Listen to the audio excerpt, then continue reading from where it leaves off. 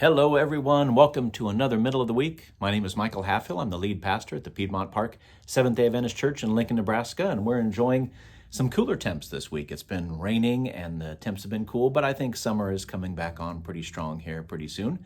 I hope you're doing well. I hope you're having a great week. I wanted to share something with you. It's a phrase that I'm sure you've probably heard. It's something that sometimes is directed at pastors, but I think it actually applies to everybody.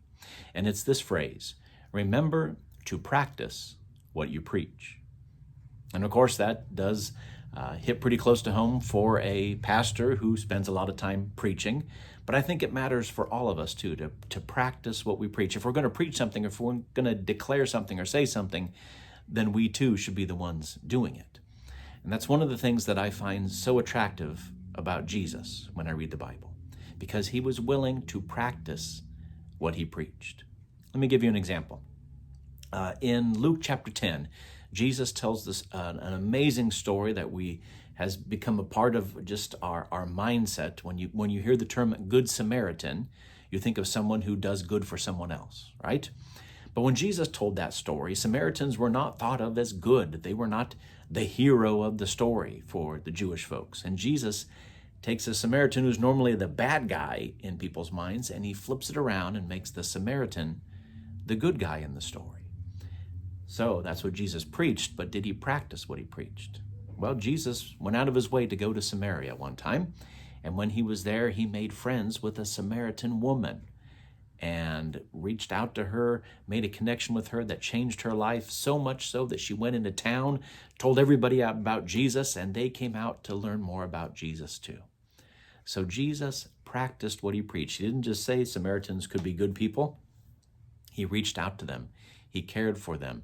And so that is just one of the things that I love about Jesus. He's willing to practice what he preaches. And friends, that's important for us to do. Not just pastors, but as believers in God, as Christians, we need to practice what we preach, especially for the next generation, for the younger generation. If we're saying things that are good to do, and then our young people see that we're not doing them, or that we're doing the opposite of them, that just is so damaging to other people and to younger folks, to our kids. We have to be willing, with God's help, because we cannot do it on our own. With God's help, we have to be willing to practice what we preach. It's much easier to preach a sermon. In fact, they say it's easier to preach 10 sermons than it is to live one. That's very true.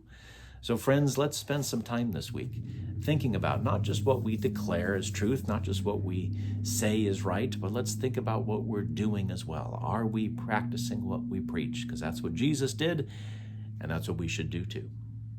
Well, friends, I hope you'll join us this coming weekend, because I am going to preach about another person in the Bible that Jesus interacted with that was not thought of as a good person.